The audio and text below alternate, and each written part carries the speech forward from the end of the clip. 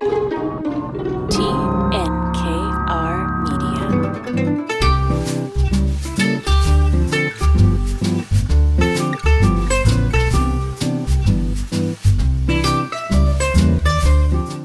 So here we go. Welcome to the Salt Lick Podcast, where we eat everything up and have a great time. I'm Lesley Chesterman, food writer, author, broadcaster, pastry chef, and former restaurant critic. And I'll let my co-host, my friend, and for the purposes of the podcast, my rival, introduce himself. Hi, I'm David McMillan. Retired maybe chef, but we'll see. I co-founded a few restaurants in Montreal that people have enjoyed over the years. And today I run Hayfield Farms, a farm vineyard in southern Quebec. I still write cookbooks, I think. And here we go. We want to start off today's podcast talking a little bit just to tell us what we did this week. And I'm really curious because I know that David kind of started opening his vineyard this week. So I thought you could tell me about what you did with your vineyard. This week at the vineyard was basically get reacquainted and watch everything thaw out. We started up the pond pumps to oxygenate the water. We took a look of how frozen the ground was still because we have to start removing the geotextiles. We cover the vines, the European vines with at least, I think 7 kilometers of geotextiles. I hear the geotextiles are very expensive. Yeah. For people to know, it's like a sheet, right? It's like a sheet of... It's a blanket, really. It's kind of a felt blanket. We have to cover all the European variety vines. When I say European variety vines, of course, I mean the ones that you're familiar with: Chardonnay, Pinot Noir, Gewürztraminer, so on. That's what we grow in part of the vineyard. We have another part of the vineyard which is hybrid vines, and those hybrid vines we don't cover at all. They're winter hardy.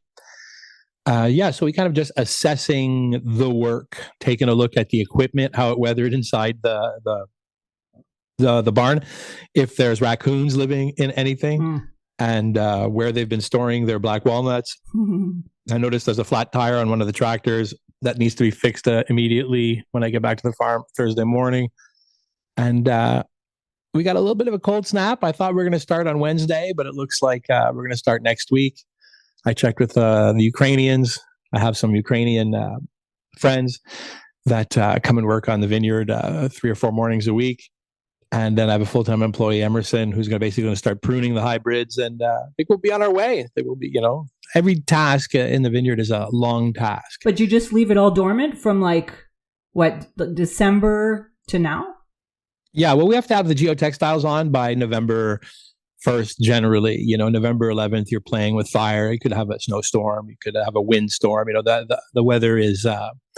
unstable, right? So when we rush to prune the vineyard, tie the vines down, and then cover them with geotextiles, and then we have to kind of earth up the skirts so that they don't fly around or fly off all winter. We have to make sure that environment underneath the geotextile is quite secure. And then the season's basically over completely. I just give up. And right. By that time, after the geotextiles, I'm quite tired anyway. Removing them, is a pain, a bit of a pain, but it is what it is, And so get the seasons. But the geotextiles, instead of burying the vines, because don't a lot of Quebec winemakers actually bury the vine? Less and less, yeah. That sounds crazy. Like they really bury them for people to know. Yeah, for sure. So they have attachments on their tractors. Generally, it's a giant V spade on back of the 3-point hitch. That's the back part of the tractor that goes up and down, right? And usually you would come down the vineyard rows and you would dig deep with the V blade and throw a lot of earth on top of the vines that you've already basically kind of tied down. That means going through the whole vineyard and choosing your good canes and putting your canes underground and then really getting a good 6 to 10 inches of earth on top of that. The problem with that approach is, it's incredibly invasive and destructive to the vineyard, right? You're screwing up with the mycology, the genome, the plants that you have growing. Our vineyard interrow is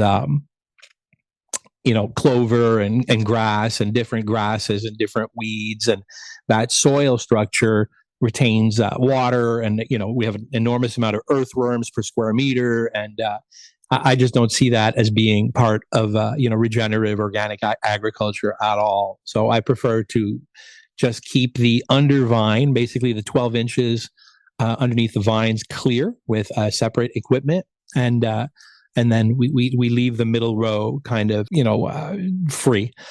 The geotextiles, anyway, have been proven to work really well. There's many years of data now and lots of interesting studies about how warm exactly that they keep the vines, and it's quite good. We have a very, very, very high survival rate. The last 3-4 winters haven't been brutal at all. We're scared of what we're really scared of is -29 that goes on for more than 48 hours. Well, that just kill the vines? It doesn't kill the vines. What it does is it kills the primary buds, right? And the primary buds is generally, if you have like 4 canes and you have like 5 buds on each cane, that's 20 buds. And a very heavy cold could come and annihilate pretty much a good amount of those primary buds, if not all of them. Then you kind of be in trouble. You're always they have a backup. There's such a thing called the secondary bud, but you'll never get much fruit off that, right? You'll get a bit of fruit, but nothing to write home about. The vine's not going to die per se, but it's not ideal. Do Europeans use geotextiles? Or is that really something that was developed in Canada? Because Prince Edward County, I know they use them. I think the Germans, first people, maybe? Honestly, the pioneers of geotextiles are really in Quebec. Oh, okay. The county is actually started over the last couple of years embracing it. Right. The county still buries a lot of canes, Yeah, it's amazing to me when people talk about how expensive wine is sometimes. Is they're not realizing the huge investment in geotextiles, or if you have to bury the vines and then the people to work on all this. So like the price of that bottle is so much more than just making fermented grape juice. The land is expensive in southern Quebec, and then geotextiles, taking them on and off is definitely a big investment in time and money and people, and northern viticulture, the way that we do it, it's the hardest viticulture in the world. Like that's just factual, right? There are places in Europe now looking at geotextiles. In Czech Republic, there's some people doing it there. I think there's some people in what they call the Alto Adige region of Italy, Italy, which is basically Switzerland. And here and there's definitely some interest. And the more that we do here, the more that people take note. But different places in the world have different problems. You look at the Jura has killer frosts. Chablis, right? Killer frost, Chablis, killer frosts in the Chablis. Burgundy. I had a killer frost 4 years ago. It's just something that happens. Last year, nothing at all. We didn't even worry about it. We didn't even set up for it. It was just like we started the season, everything was great, and there was not even an issue. This year, according to Farmer's Almanac, there might be a little bit more of an issue again this year. Is that reliable? Is the Farmer's Almanac, is it reliable? Actually, quite reliable. Right. It's still out there and read for a reason. There's an amazing, just to make a parallel, there's a biodynamic calendar that's available in a lot of French. You can buy it online probably, but it's kind of a magazine about biodynamics and biodynamic calendars. And it's not really related to grape growing as such. It's related to all things biodynamic, right? Gardening, yeah. A lot of it is, gardening, but even your health, right? The water, the way that we're made of water mostly, and the way that, the gravitational pull affects, the water in you is actually something that's actually real. Those some mornings when you wake up and it's just, you feel like you're maybe 40 pounds heavier than you did yesterday, or getting out of bed is a bit more difficult, or, many, many different factors. This biodynamic calendar actually has tips on when you should actually cut your fingernails, when you should actually cut your hair. What's a good day to get surgery on? It just tells you which days are a moon, which days are fruiting, which days are so on and so on and so on, right? And you should, according to, the people in the know, these biodynamic calendars, which have been used for millennia, for a very long time, right? People used to be very in tune with that calendar, right? It was very much a thing. We've lost touch with it, going forward. But if you actually just study, you can download a biodynamic app, right? That it's just basically a calendar, and on that calendar, it'll tell you like today is a fruit day. Today is the moon is like this. And this is how it's going to make you feel. Yeah. And taste. And generally, right? Don't they also use it for tasting wine, that this is a fruit day or this is a whatever day, and then it'll affect the way the wine tastes to you? Sure, absolutely. Like I've met so many sommeliers and even winemakers that won't even, when the vines in right around harvest are packed with fruit, all right, and the disease pressure is high, and the vines have just given everything that they can, and the grapes are on the vines just about to be harvested. There's a lot of guys, they won't even taste wine or drink it. They believe in fruit memory. They think that when the vineyard is packed with fruit, all the barrels that they have and even the wines, they just completely shut down. And generally they're right. Sometimes you'll be like, you'll taste a wine on what the calendar says on not a good day. And you'll be like, this wine is closed and it's sleeping and it's not giving any beautiful notes. And then you'll actually drink it on the fruit day, that same bottle that you have in your cellar in your home. And you'll see the wine will be wafting with fruit and energy and sunshine and at first, you know how I am. I'm completely skeptical about all that nonsense. I just say that's gibberish, right? But time has proven. Yeah. I've seen it with my own eyes, right? They say, in the biodynamic calendar, they say like a bottling day. This is a bottling day. I'm like, okay, whatever. And in the regular world, people just, we bottle the wine. We're bottling the wine on Monday, and it's on Monday that we're doing it. I've seen wines that are cloudy, like on a Friday, on a Saturday, on a Sunday, but then the calendar says you should bottle on Monday, right? And then you go into the cellar Monday morning, and because of the gravitational pull and whatever's going on with the moon and the ocean and the water, all the sediment from the tank is pulled to the bottom, and all of a sudden that wine is clear and that wine is ready to be bottled because basically the calendar said that wine will be clear tomorrow. Right. It's a little bit more complicated than I'm making it sound very simple, but it works. It's true. You do bottle on a bottling day. There's another fascinating thing in the wine world that I've always found compelling is that after the harvest and you see the vineyard, the plants are all finished. Like they all just die. And apparently it's because the plant has given their all. And then after the harvest, it's like they're done. Yeah, but you have to realize too, Lesley, that it's also fall. Right. Yeah, good point. So So when we're harvesting the fruit, like our vineyard for sure is changing colors, but then so are the trees, right? Yeah, but I really noticed this in Alsace that you drive around and you could tell which vineyards had been harvested at the time of the harvest, the vendange, because you would see some vineyards, they just look spent. And the winemaker said to me, the plant has given their all, it's done. Yeah, for sure. That? There's some of that. There's definitely some of that. And then there's also the disease pressure, right? Depends on who's organic and who's not. My vineyard's organic.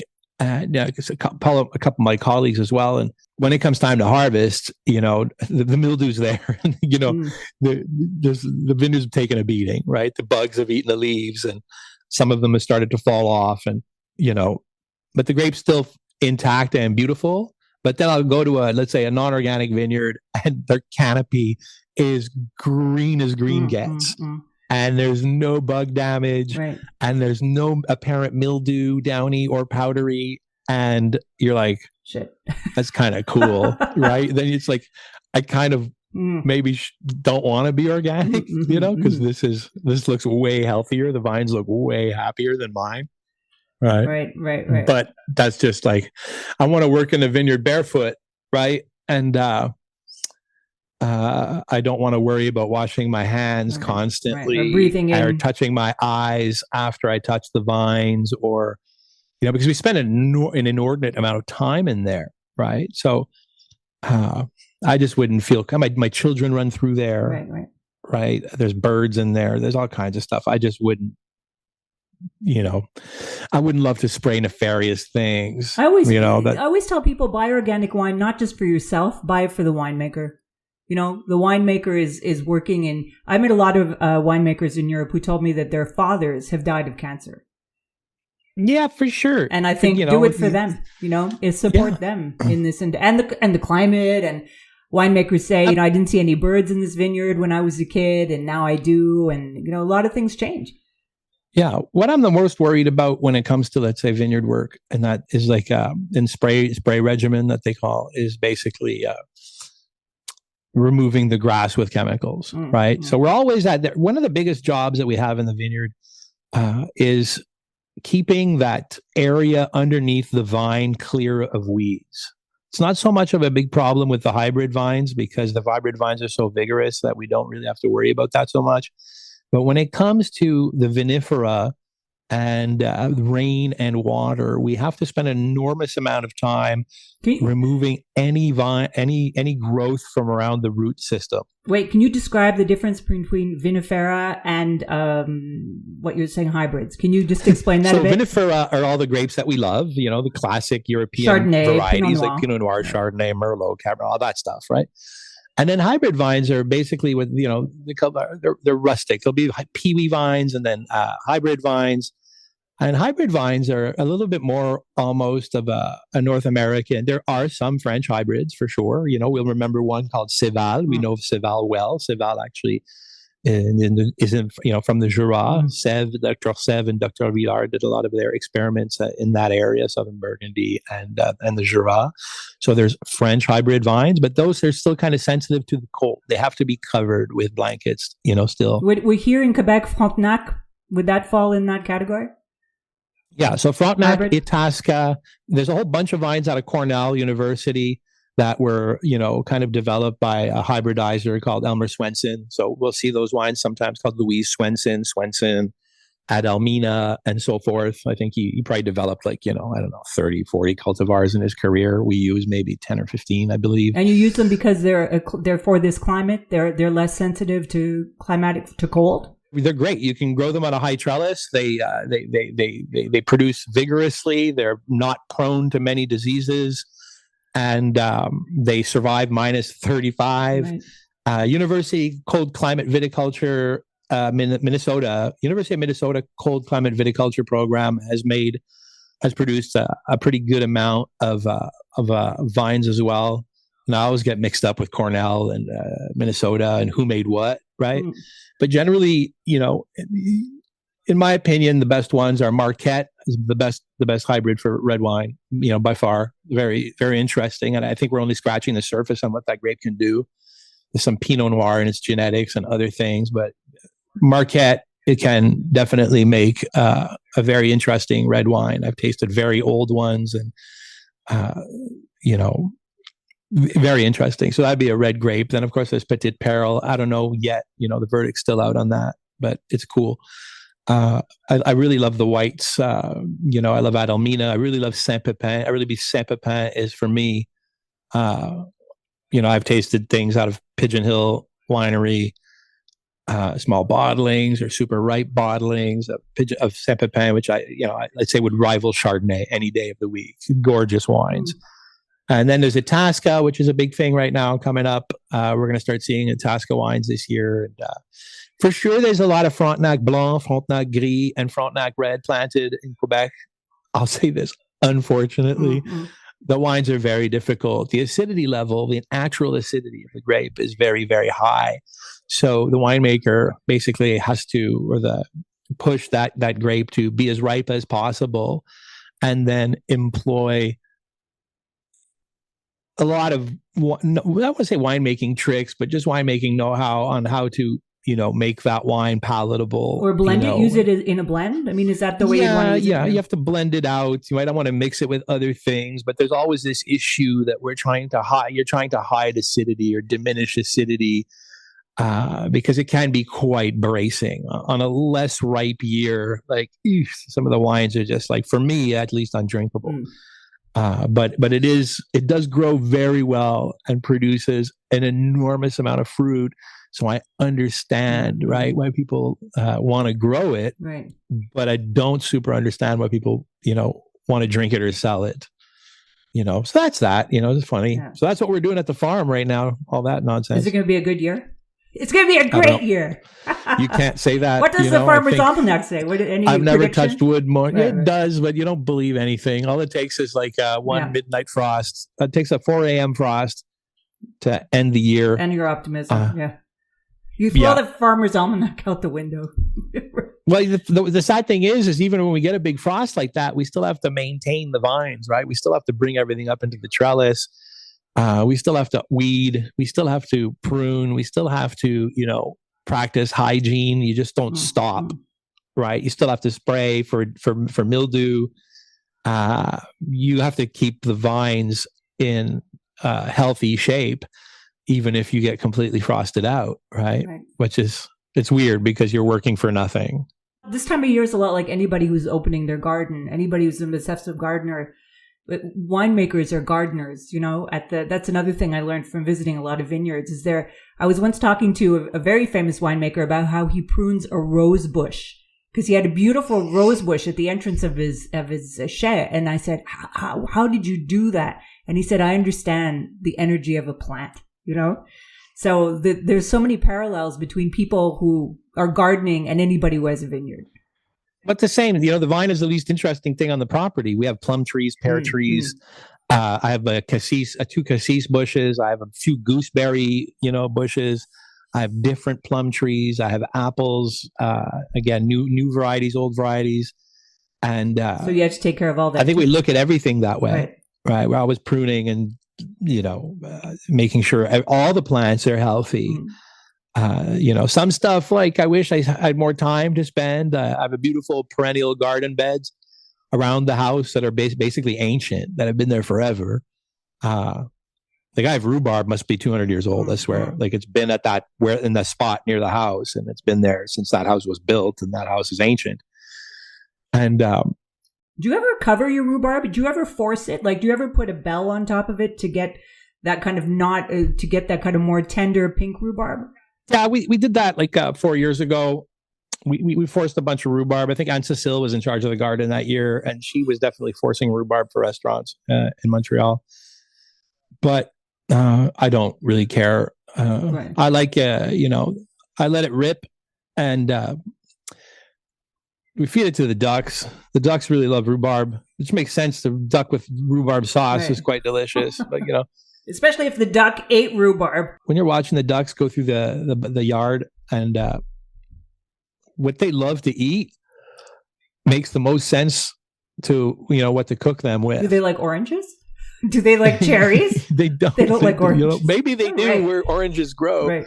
But at my place, they love. They would eat grapes. They would eat cherries. Black currants, gooseberries.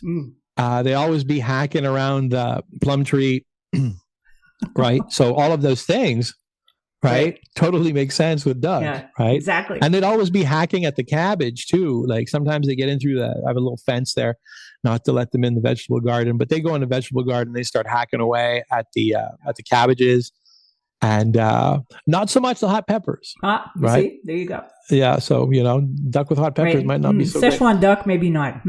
Yeah, so it's cool. It's cool. Yeah, it's a fun thing. Right, and you've rediscovered your chickens? Yeah, chickens have emerged. It sucks for the chickens. Like and it's something weird because I wake up every morning. I was like, where are my kids? Okay, my kids are safe. And one of the second things I think about every day when I wake up is the chickens. In the summer, it's fine because I wake up, I have coffee, I let the chickens out, the chickens go into the garden and they do their chicken things. All I have to make sure is that there's always food and water inside the chicken shed, and that it's open up at sunrise, and that we close it at sunset. Right? Chickens, the second the sun goes down, chickens are really smart. They just scurry back into the house. They want nothing doing. They smell with the foxes creatures of the night. Yeah. What would you have as predators around you? Oh, you name it, we've got it. We've got even cats. possums. Cats? Can cats? Yeah, there's cats this year. The big we have real cats, but there's also lynx. Lynx. Yeah, and there's guys now on the Vermont side of the border that have pictures of catamounts on their hunting cameras. So it's not really spread to mainstream media yet, but in our local WCVT 101.7 Vermont, there's a couple. They're supposed to be extinct, by the way. It's an extinct animal. It's a bobcat, basically. And supposedly there's a couple of bobcats, roaming around in the Northern Kingdom and possibly, across the border into Quebec. There's another animal which is quite nefarious called, I don't know how to say it in English, or pécan. Oh, the worst. I think one of those killed my cat in the country. That is it's a weasel. It's a wolverine. It's a wolverine. Yeah. Well, yeah. So there's that. Terrible. And then there's eagles. Terrible. There's legit eagles. There's legit eagles, right? Like what we've seen eagles like trying to swoop the chickens in the vineyard, because sometimes the chickens go into the vineyard, especially when we till. Because when we till, all the bugs that's come when up and earthworms are there, and then the chickens just follow the tractor through the vineyard, and then we'll see the eagles like spot them. Have you ever seen one grab one and take off with it? No, but this is a true story. But like a giant eagle. Remember, I used to have a cottage up at Bark Lake. That's at the Laurentians. And there was a little flat plateau area, behind the cottage where the bunkie was. And when Cece was born, she was just like a little baby. Like, I swear, I think Julie gave birth to Cece on Monday, and by Wednesday we're up at the lake, right? So Cece was basically like 9 pounds of baby, and I laid her down in the grass at the lake. We were just sitting steps away from her, and she was just like looking at the leaves, and a big eagle came pounding down over the lake and came up right in front of the cottage, spread its wings and put its talons out. Tried to get the baby. And then the eagle saw us and said, sorry. And then it swerved to the right. And I said, holy shit, that eagle was going to grab Cece. Oh, yeah. That's insane. That is. Oh, by the way, our wonderful producer Dan tells us that a pécan is a fisher. Yes, that's it. A fisher. Yeah. And they're like a honey badger, but Canadian. Yeah. So sometimes we're eating around. I never seen it except for when the sun sets. It usually comes across the street from my neighbor Pete's. They live in trees, right? They live in the trees? No, it walks on the ground. I guess they live in trees. I don't know where they live, but it'll be 300 meters away, walking through the vineyard, and it growls. It growls, and it makes these really weird sounds, and it stinks. Oh, right. Like you can smell it from far away because it's covered in carrion or whatever. Nice. Could you make a coat out of it? I think you probably could. I mean, they tell us not even to get anywhere near it. They'll say it'll rip an artry out of your leg. I've seen the skeletons in the forest, and it's really hard to tell what kind of animal it is because of the face, the teeth. If ever you find the skeleton, look at it. It's fascinating. It's like biology class, really. But I do think one of those things killed my cat because our cat disappeared up north, and somebody said it must have been a fisher. Yeah. Well, there's wolves up there, and there's coyotes. We hear the coyotes at night, but the chickens are already in. But right when it goes from still twilight to actual darkness, within that hour, right when it goes from the witching hour, twilight to dark, then the coyotes start howling in the forest. Right. So there are a lot of things that can take off with your. Oh yeah, it's a night. Like it's a constant battle. If we're not. And then during harvest, it's the turkeys are at the grapes, the raccoons are at the grapes, the birds are at the grapes. Like it's crazy. It's a constant fight with nature against nature. Did you put nets on the grapes? We do put nets on the grapes. I would say I have enough nets to do maybe more than half of the vineyard. And some varieties, I think birds can't even see them. Right. So like Gewürztraminer, I never cover because they have no interest in them. They really like Pinot and Chardonnay, it seems. They like Itasca. They like the sweeter hybrids. So, it's a learning curve of what they like and what they don't. Squirrels? Do you have squirrels? Or no, you don't, eh? Do you have chipmunks? Yeah, well, I did. Oh, okay. There are ways to get rid of them. Well, they're insanely destructive. I can live with all the other animals because they don't want inside my house, right? And chipmunks and the squirrels, I'll tell you, like the chipmunks, they will eat through the canopy of a tractor and destroy the inside of the tractor. And then the squirrels, if there's actually a hole anywhere, they'll put black walnuts in anything. Like all my boots in the garage are filled with black walnuts. Every bucket is like they just get black walnuts and they store black walnuts and they put black walnuts away. And one of my biggest jobs, again, I'll be doing it next week, is I'll get the tractors out of the barn, get the equipment out of the barn, kind of reset the barn for the season. And if I don't pick up 1,000 black walnuts in every kind of crevice, container, or that's just, there's black walnuts everywhere. They're going to put them everywhere. Wow. They're working so hard and you're ruining all that storage that they've got going. Yeah, but what they do then is they use the little squirrel teeth, and then they chew through the shell, and then they leave all those bits in the grass all over the farm. So when you walk on that, cuts your feet. I tried to even grow tomatoes here in my yard, and the squirrels ate them all. Sunflowers, squirrels ate them all. Forget it. I mean, after a while.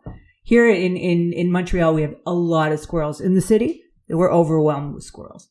Well, they're delicious to eat. I know this might freak people out. I've had squirrel, but it's not something I'd really want to eat on a daily basis. Listen, think about it. It's an animal that lives in a tree.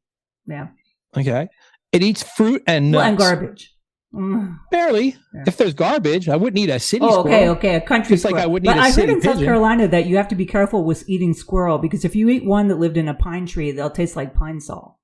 Yeah, well, that's like the same case with partridge and all that, right? You can find a partridge, or that it'll just taste like cedar too much, right? Turkeys are my biggest war right now is against turkeys. Yeah, but you can't just go shooting things out of season. There's hunting seasons and enforcement. Just because it's on my vineyard, you have to call wildlife services, and you have to kind of say, hey, like, I have an issue right now, But they're not that good. I mean, I've had a wild turkey, and look, maybe I had the wrong one, but it was so lean, it was so tough. Have you had a wild turkey? Yeah, I've had a wild turkey, and it's I think the only way to make them taste good is you have to take all the meat off, forget the skin completely. And then it's a brine, cold water brine for a couple of days. And then it's a slow poach or a slow steam. And then it's a cheesecloth wrap. And then you have to cut it paper thin. Basically, you have to turn it into sandwich ham, Right. Then it's good. But if you're going to eat it like you would Christmas turkey or Thanksgiving turkey, it's a bad idea. But you can definitely make it delicious by hamming it or corning it. Working it over. Yeah, a little bit. You have to turn it into something that's, salted, brined, steamed, and sliced paper thin. But, years ago, I did a story about Thanksgiving, and I wanted to get a wild turkey. And I'm talking late 90s, and I couldn't get a wild turkey that was wild. Somebody offered to shoot one for me in Hemingford, but I had to go to a woman who raised them. And they were really not that common back then. They were hard to find. And now, the Laurentians, they're in the city. They're in bus stops. People are finding them in bus stops. I saw one on Saint Denis the other day. Everywhere. They're like the raccoons now. It's like they protected the population, right? Because they were almost going extinct around the border. And now they're like the northern Laurentians. You see them in trees, like this huge flock of them in a tree in the townships. They're everywhere. And yet, we have also a deer problem, which is kind of, they don't really bother me so much unless they chew on the vines in the winter if they're starving. But we have an excessive deer problem. I think I sent you a picture last week. There's 30 in the bottom field. I think 5 is excessive. There's 30. And I think the people at the city, a lot of the corn farmers and the soy farmers, they kind of run the show, in the townships, because these are the big landowners. These are the real, big tax paying farmers. And, they say this is out of control now. There has to be a cull, because we're allowed 2 in my area per person. Right. So now they'll give them 3? Oh, they should take 10 each. It's out of control. If you actually go for a walk inside the forest, it's not a healthy forest. Right. They're eating everything. Right. When you walk through a healthy forest, there's new shoots coming up from the ground, and the old trees have fallen, and there's they're turning back into soil. And when you take a walk into our forests in my area, at least, you will see zero new growth. So there's no new trees coming up because they're eaten immediately, right? And then the big trees are just dying and not not reproducing. So the forest, and then you see any other tree, all the bark chewed off them. Mm-hmm. So you see that there's a problem in forestry management, right? You see that there's way too many deer per acre in this area. They're obviously hungry, and the forest is taking a beating because of it. I went to a town called St. Andrews in New Brunswick a few years ago. St. Andrews by the sea, beautiful place. And the deer are walking through the streets of the town. And you're like, oh, look at the deer. They're so nice. And then you look around. There's not a single flower in the flower boxes. They're literally everywhere when you're driving. And I'm thinking, wow, it's nice to see a deer on day one, but by the time you leave, you realize the destruction of these animals. I mean, I'm not a hunter. I love eating deer, but seeing that, and people aren't realistic about. There was a big thing here in near Montreal that there was a town called Longueuil, and they wanted to kill off all the deer because there were way too many, and the townspeople or the locals went nuts. Don't kill the deer, It's like wild boar in Tuscany. They're just destroying all the vines in the vineyards.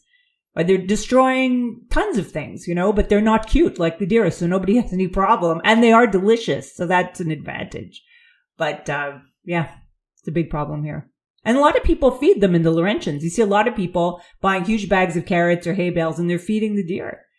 I used to be that guy, maybe, when I lived in Montreal. I worked in Montreal, and I had a cottage in the Laurentians, and I guess I was that guy that if I could feed a deer, I would, and I thought it was real cute and everything like that. But my reality's changed that, I get paid for kilo of grapes, right? Right.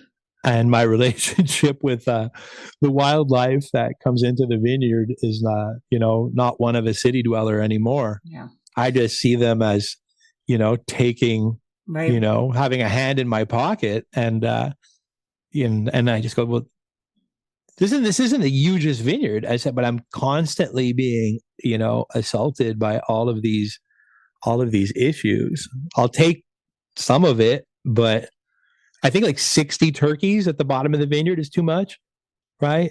I should be able to shoot a couple. One of the greatest things, though, this people is going to get freaked out. People get mad. I shouldn't even say this.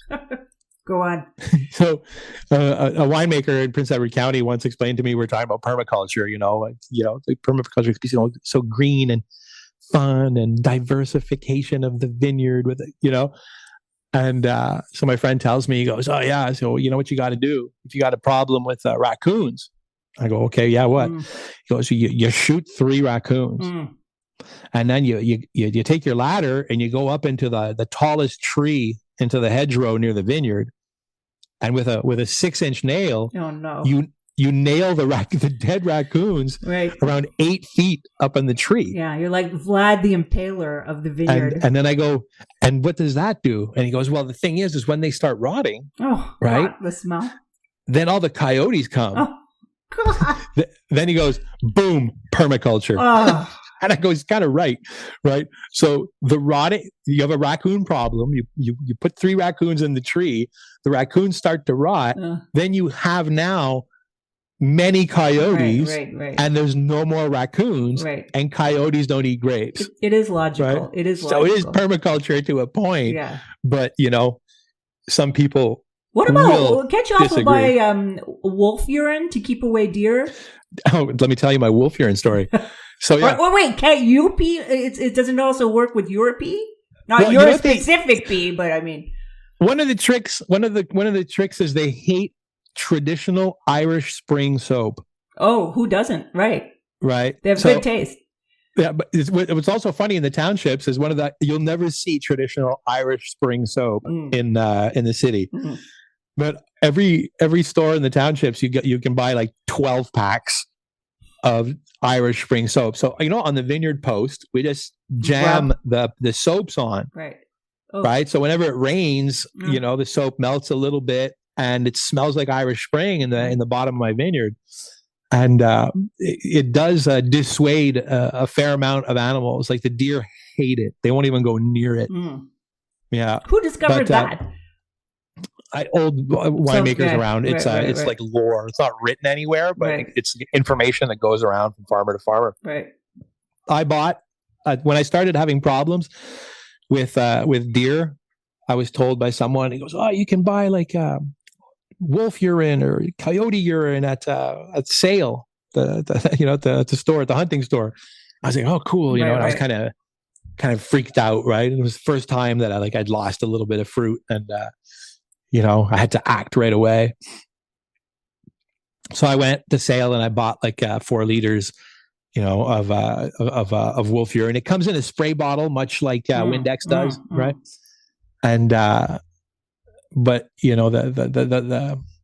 the spray attachment is not in already like Windex. It's like a bottle with a lid, and then you have to put the spray attachment on, right?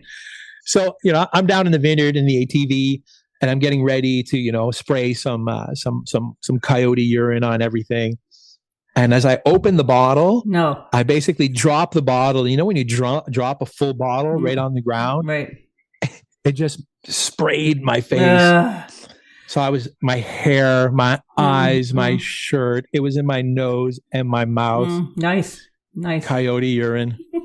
Did it work? And did you keep going? Did you pick it up? What did you do? Not only is it coyote urine, it's not like fresh urine. Oh, it's old coyote urine. Oh, yeah. And I would even go so far as saying, I think it's concentrated. I think it's reduced. But they boil it? Ooh. They must, because it's rank. Yellow. Yellow. And I could smell it on me after, I had to take a silkwood shower after that with a brush. With a hose, yeah. And fire hose. Yeah. Do you get that reference, the silkwood shower? Absolutely. When you're a certain age, you get that reference. Yeah, the nuclear shower. Yeah. Because I use the silkwood shower. Can you pee yourself? Like, do you pee in your vineyard to keep away? Does that help, or is your pee like not rank enough for? I don't think our pee works. We all pee in the vineyard because walking back to the house is just so far. Right. So yeah, there's a lot of pee, a lot of peeing in the vineyard, and but the best thing is you have to reduce your dogs. pee. You should reduce your pee, boil it down, spray it on. Yeah, but what about that pot and then that oven? It creates this whole chain. Yeah. It creates this whole chain of grossness. Yeah. Sorry. No. You basically have to build I'd sell the farm. Where you have the reduction plate and the pot. You could use the little maple syrup thing. It's its own business. Right. Oh, God. And also the guys making the wolf coyote urine. Oof. Yeah, what is that? Yeah, what is that? Like, who does that?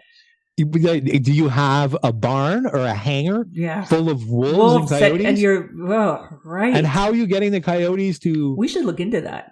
Yeah. Maybe we can get somebody who does that on the podcast to tell us how they do it. I was listening to Theo Vaughn's podcast, and I think the best podcast title I have ever seen was, Theo Vaughn had the title of one of his podcasts is called A Garbage Man. Oh, and he had a garbage man on. Great. He had a New York City garbage man on, and it was the most riveting podcast. Oh, no. I can imagine. Yeah. And they get paid well, garbage men, and boy, do they deserve it. There's no way. Yeah. Well, wow, that's a good week you had there. Did I go over my time on that? No. All I did this week is test a Thermomix. I've been testing a Thermomix. Oh, tell me about that. Is it cool? Is it complicated? Thermomix. Tell me what a Thermomix is, because I've never used one. I'm adverse to modern equipment. Yes, you only use carbon steel knives, you told me, which is, we should talk about how you take care of those. But Thermomix is a German machine that was invented, I believe, something like 140 years ago, believe it or not. A German company that only also makes vacuum cleaners. And I only heard about Thermomixes in professional kitchens. I didn't know that people really had them in their homes. I know chefs use them because, so to describe a Thermomix, it's like a container, and that you put your ingredients in it, and there's an integrated scale, and then it can cook them and heat them up. And then it can spin them and chop them. And the original one, like, let's just say it would be the most ideal thing to make a hollandaise or a bechamel or like to hold a hollandaise for a whole brunch service. It'll keep it at that right temperature, right consistency. And you can make soup. Like sometimes I'd be eating a soup in a restaurant. And I'm like, how do you get this velvety texture? And the chef would be like, Thermomix. I'm like, oh yeah, Thermomix. So it's just kind of is on a stand. And Thermomix has come a long way. So now they're really marketing it directly to people for their homes. So you can't even buy it on like Amazon. It's all direct sales. And I always was interested in the Thermomix, and I'm like, well, it's $700. I'll save up. And then I met the people who sell them. I got the whole demo and everything. And I'm like, oh, I might buy it. How much is it? She's like, it's $2,300. Oh my God, it's $2,300. I mean, people are like, a mixed master for $450 is a lot, but $2,300. But ever since I posted it on Instagram and all these people are like, I swear by my Thermomix, it's changed my life. And what the Thermomix now can do. Has it changed your life? Well, yeah. No, it has. I've only done like applesauce in it so far. I get along so much better with my mom now. Yeah, my relationship is really great. My husband uses it too. The kids love the Thermomix. But I had more sex. My sex life has never been as good because I don't spend so much time cooking.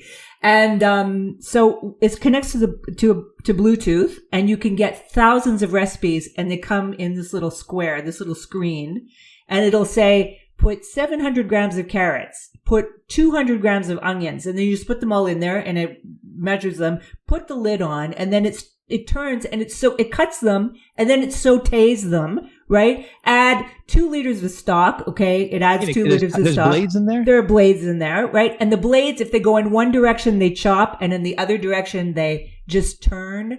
A big thing I've got to try in it is risotto. Everybody tells me risotto is really great in there. There's a blade that's just made for peeling potatoes.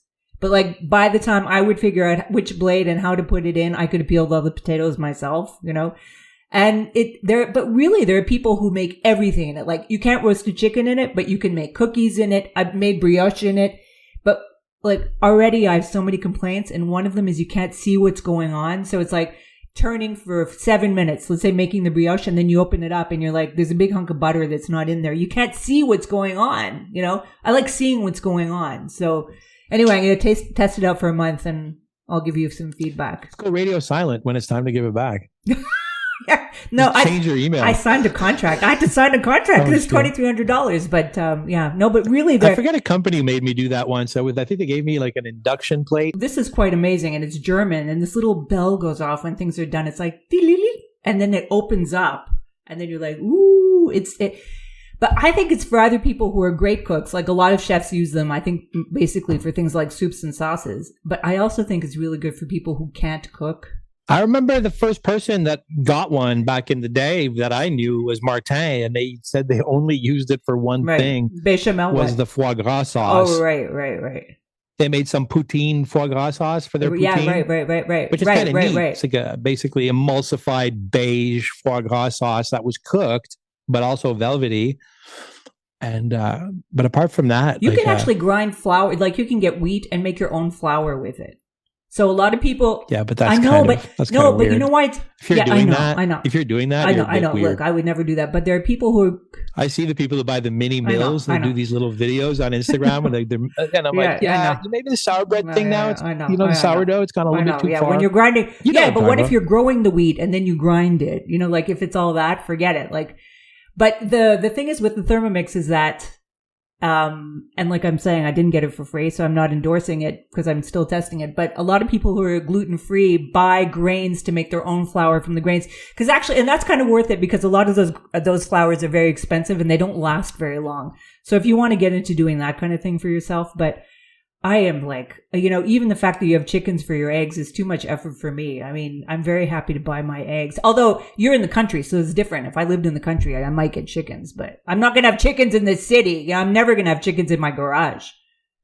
There are people who have chickens in their garage. It's just a selfish thing, though. It's like basically they're hostages. One of my greatest pleasures in life is to make dinner, sit outside, and watch the chicken, and have my dinner and be surrounded by chickens. It's they're your funny friends to me. Yeah, But it's true. People who keep them in the garage and stuff like that, they're so mean. They're just like, you're right. They have no quality of life, the chickens.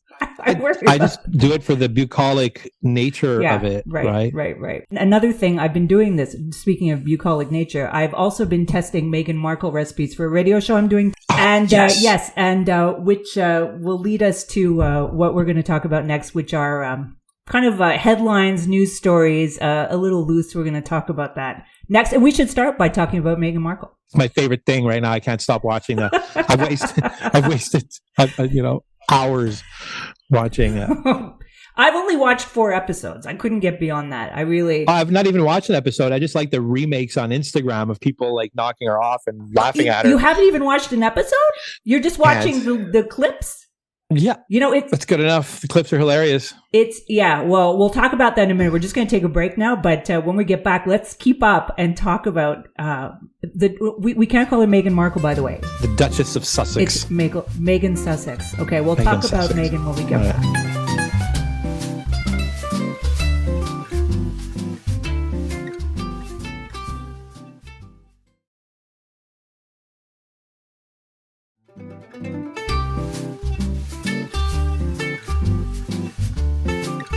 Welcome back to the Salt Lake Podcast. I'm Lesley Chesterman, and my co-host is...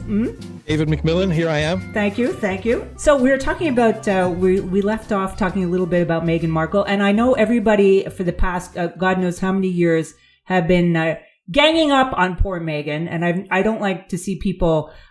you'd think she was Vladimir Putin by the way people have been shitting all over her. But I gotta say, when you start putting yourself out there, you do open yourself up for criticism. And there's been a lot of criticism on, what's it called? Meghan with love, Meghan with love. And, as a food professional, I felt compelled to watch it. And I actually sat there with my boyfriend who lasted all of one episode. And he's like, this is worse than Emily in Paris. Okay. So Emily in Paris it's same level of, and I, said something on Instagram, and I got a few people write to me saying, that's so mean, women should support women. And with everything going on in the world today, is it so bad? And I'm like, look, also we're food people. Both David and I have written cookbooks. We cook and all this. So, it's kind of important that, I think Dan is putting up some video for us because David hasn't seen enough. I've seen enough, Dan. Thank you for showing up the video. But, I think that there's some good in that show, some, maybe 20%, and 80% to me is kind of ridiculous. What was your impression, David? Well, I haven't seen the show, nor will I ever, but, I've been enjoying the, Instagram clip remakes that people do. I especially like when, it's a guy with a beard and long hair. I love that. Who's repackaging nuts or pretzels in Ziploc bags. I love that. With little cutesy tags and stuff. I just get a real good kick out of it. Right. It's just, those shows, it's like exposing a grifter somewhat, right? People said, and I was always, people are being mean, but, the grifter's coming out in her a little bit. I think there's something here that really bothers me, which is not just her, but it can be Gwyneth Paltrow. And there's actually a woman in France who really bothers me called Julie Andrieux, is they get these incredibly beautiful, extraordinarily thin, extremely wealthy women, and they're cooking and they're trying so hard to be relatable so that we at home should say, oh, I can be just like Meghan or Gwyneth and all this. But the reality is, no, I'm sorry. There's nothing relatable about these women. And secondly, my big beef is that they're actually not cooking. All they're doing is assembling. So if you look at Meghan Markle, she's like the queen of the platter. Okay. If you'd seen the show, David, you would have seen how to put together a charcuterie board. Okay. Because maybe you have something to learn there. And then also you would have learned how to make a crudité plate, because there's always a new way to make a crudité plate. And you know what else you would have learned? You would have learned how to make fruit salad into a rainbow shape for a kid's birthday party. Okay, I'd like to learn that. Right. Well, I never thought about doing a rainbow fruit plate. Yes. I would. That's something that I would love to have. Oh my God! I mean, maybe I'm going to make that for my lunch. Oh my! Like you mean with like kiwis and then strawberry slices? Yes. And pineapples. Yes, all that of the sounds above, like everything nice that I like. And David, the big hint there is that you put the bananas on last because they could, they go brown. So don't I might have to watch this show now because many those are tips, things that I like. Of all these years of professional cooking, I mean, did you know how to make a rainbow? I mean, this is just, it's just crap. Never had the opportunity to work in a place that was that cool. Right, I know. But, this is also with this huge trad wife trend that everybody's talking about on Instagram, which is kind of, crazy and vomit my making. Wife gets them, my wife, I don't know, I think she looked at 5 videos and now her algorithm's changed. Oh, no. And now she's super upset because every day she has like trad Oh my God. Wife. When the woman says, "Oh, I'm going to make SpaghettiOs for my kids from scratch." Also, and she's in the bathroom, I grab her phone and I just say to the phone, "Trad wife, trad wife videos, trad wife cooking, trad wife milk." That's really not nice. You know, there's like a limit to how much abuse a woman can take in their relationship, and doing that is not fair. But I mean, that Meghan Markle's also feeding into that. And the worst thing, she's making a tomato sauce in one scene. I think the first show, because I didn't get very far. And she's wearing this white linen blouse making a tomato sauce. And then it comes out later that the blouse is worth like $1,500 American. And I'm like, I don't even look, $1,500 American. I'm not relatable. Secondly, cooking in a white diaphanous blouse tomato sauce is just fucking insane. I mean, it's just, did nobody... Or chef's whites, if you think about it. Did nobody say, like, along the way, maybe don't have the blouse that could catch on fire? I don't, anyway, Maybe she's a genius because everybody's talking about it, and she figured out this other algorithm that people love watching accidents and slowing down on the highway, Yeah. Because I'm sure there's other lifestyle shows that have launched since then that aren't getting anywhere near press. And what do they say now? Any press is good press. So I know what you mean. Maybe she's a genius. She has been renewed. Maybe people want to watch because of the accident. Well, and because it's her. And because people are fascinated with her. But also, she was renewed for another 8 shows on Netflix. And she's probably making an exorbitant amount of money for this. But I will give her one thing. Is that when she has a show, I think 3 of the shows she has a guest chef, and she does make a good assistant. Okay, so when I'm sure those guys are regretting it. Like I know Roy Choi. They look like best friends. But that was a good show. The shows with the chefs. She also has Alice Waters on show number 8. So there you go, talking about organic gardening and everything. Again, the most privileged women in the world talking about how we should eat. So, there you go. And I have been testing out some recipes, and it's been interesting. You've been testing out Meghan Markle recipes? I have. For a radio show, I'm doing that. No, somebody's paying me to do that. Okay. And I will hold back on the comments until I've tried more. But, I wonder if she has a Thermomix. She should have a Thermomix. Are you going to make the green waffles I saw? No, I didn't make the green waffles. Did she? I didn't even know she made green. I didn't get that far. Yeah, the most controversy is about the green waffles because she pours it into a 4-sided waffle iron. But then the one that she presents looks like a green Eggo waffle you can buy in grocery stores in the U.S. Oh my God, I'll have to look for it. I also wonder about all the assistants on the side, all the people doing the work, because by an army.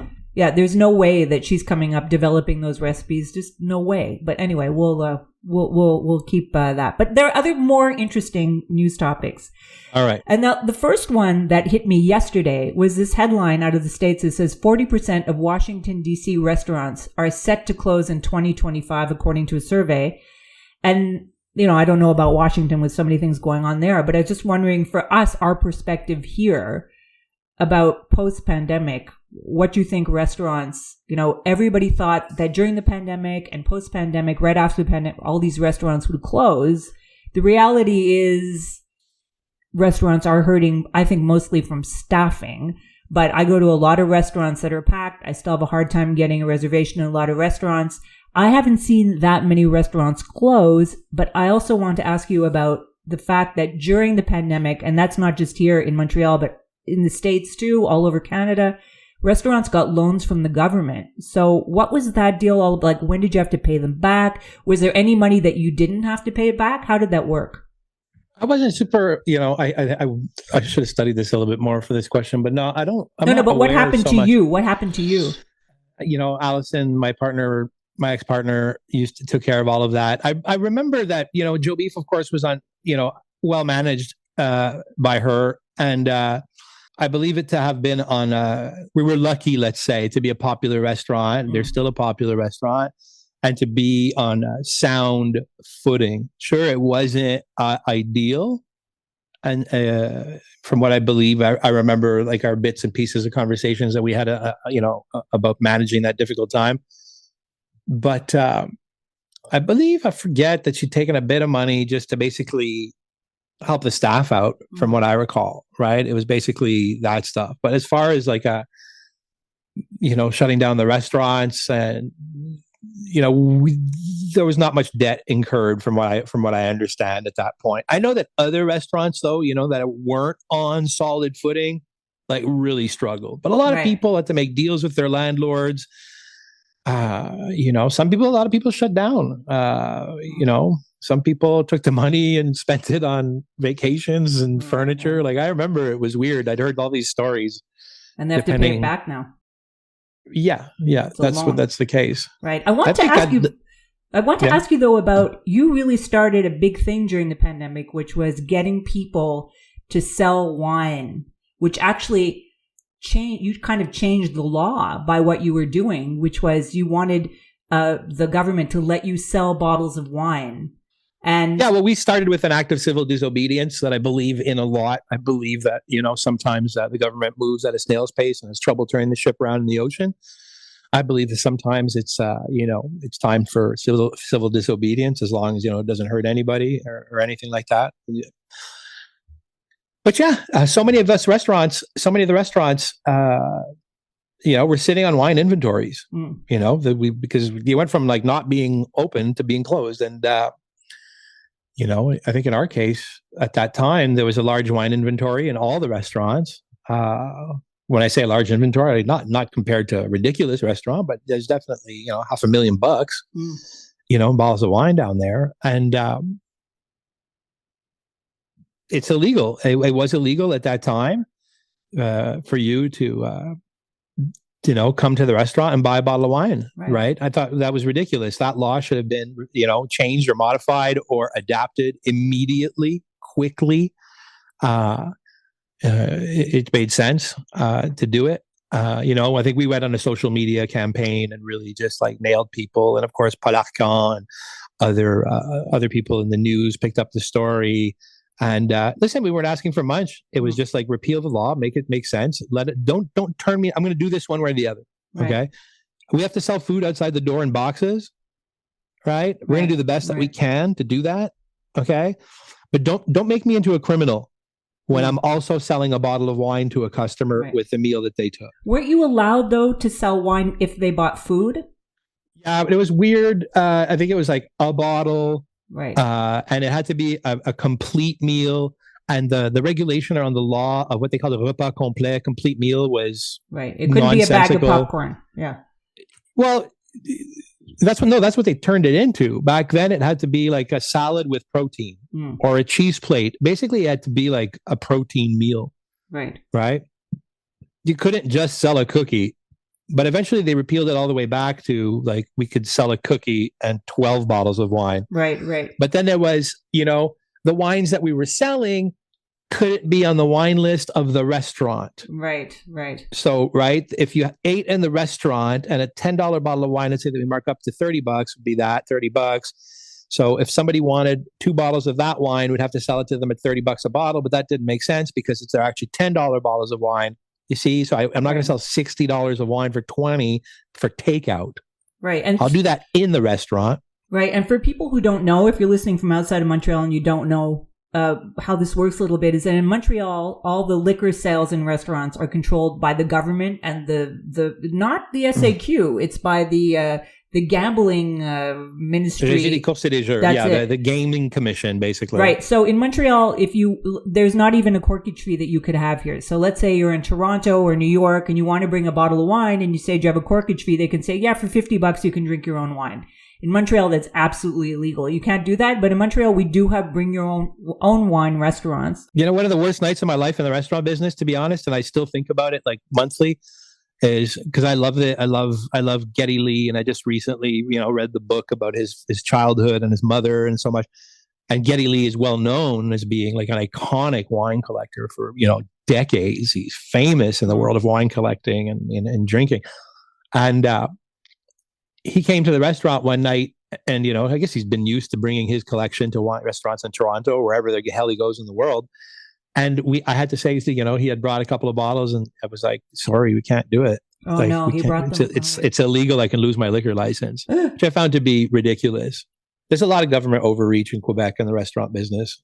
It's absolutely hilarious. Yeah, it's very serious, because even if you got caught doing that and there was a bottle that didn't have the proper stamp on it, the fines would have been unbelievable. Oh, shut down. You're going to lose your liquor license. Over that. It's no joke. Yeah. And when they show up, it's crazy. It's, when the moralité shows up to your restaurant to check your stamps, it's a police operation. Yeah. It's not like some nice inspector coming to check the temperature of your fridges. And if you have if the meats are fine, it's 10 cops with bulletproof vests walk into your restaurant. Right. They can walk in whenever they want. Right. And they're behind your bar. They're in all of your it's basically a raid. Right. It's a government raid. Right. Did that ever happen to you? Or did they come in and check like all the time? 30 times in my career. Right. Sure. Right. I also want to talk a little bit about, there's a new trend happening that I received a PR release of, I don't remember the name of the restaurant. I don't want to slag anybody here, but there was a restaurant who was going to do 1 or 2 nights a week of mocktails and alcohol-free wine. And I wanted you to talk a little bit about the importance of wine for the survival of a restaurant, alcohol sales, because people are obsessed with the price of wine in restaurants. There are a lot of high markups.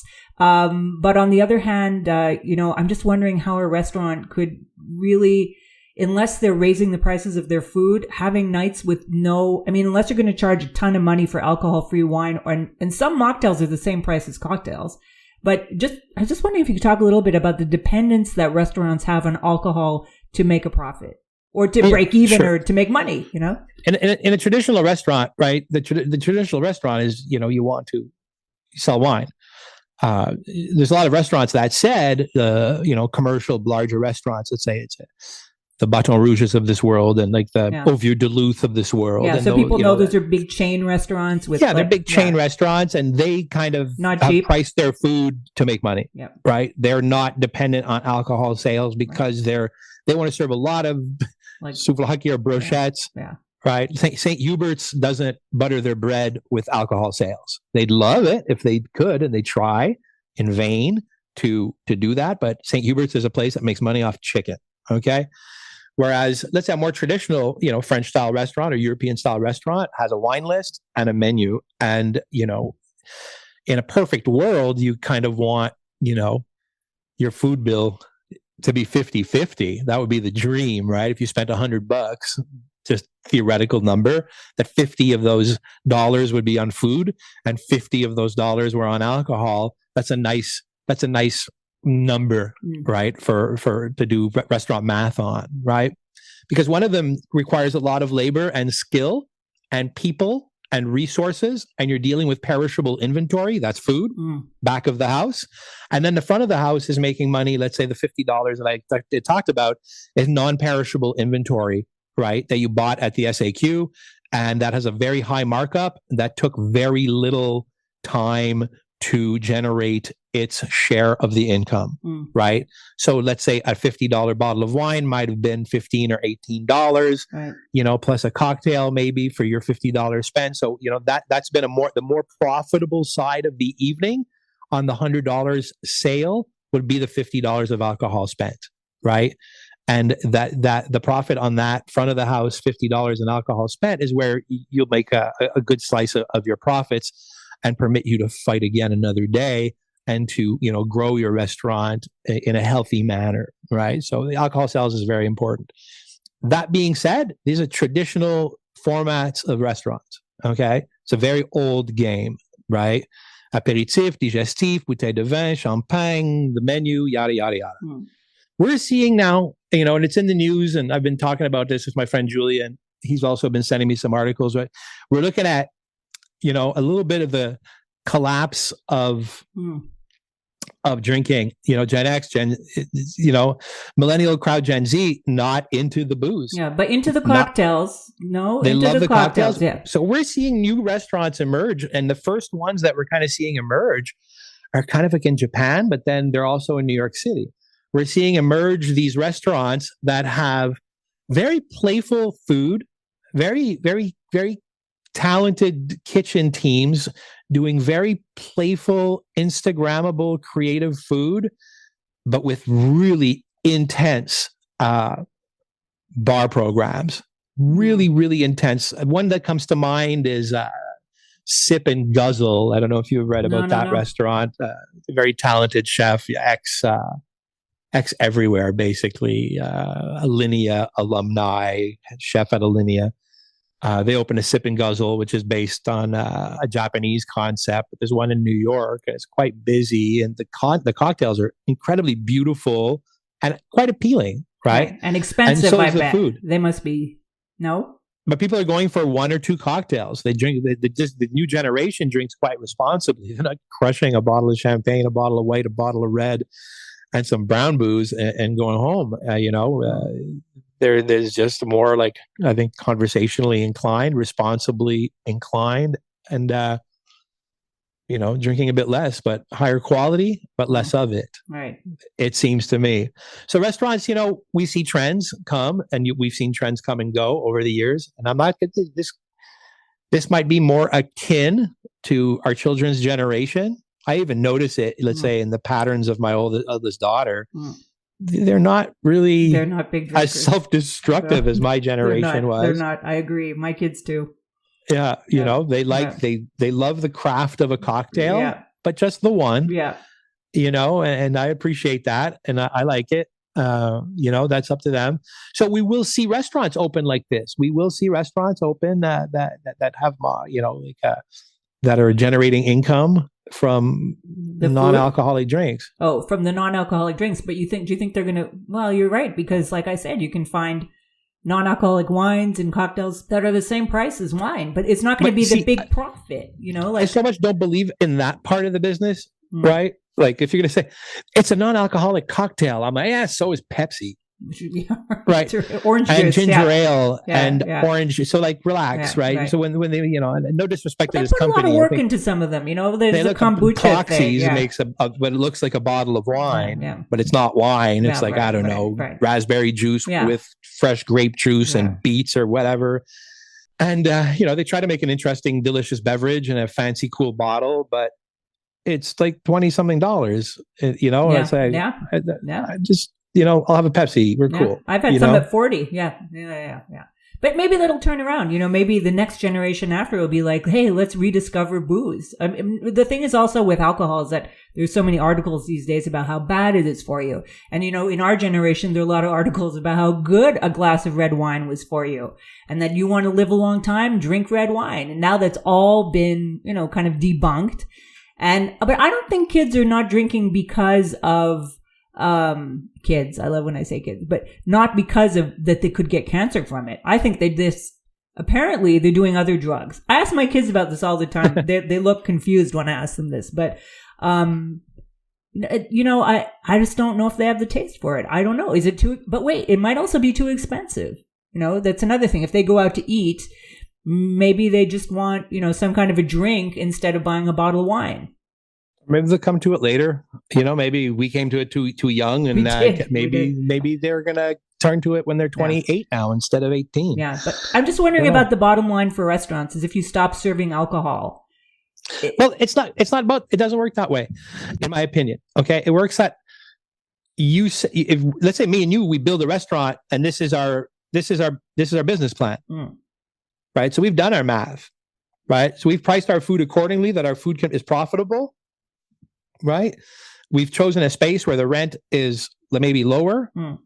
We've not spent, enormous amount of money on a designer, or we have, our business plan is to, be a low alcohol impact restaurant. Right. That's our business plan. That's what we work towards. Right. This is our zone of interest. Right.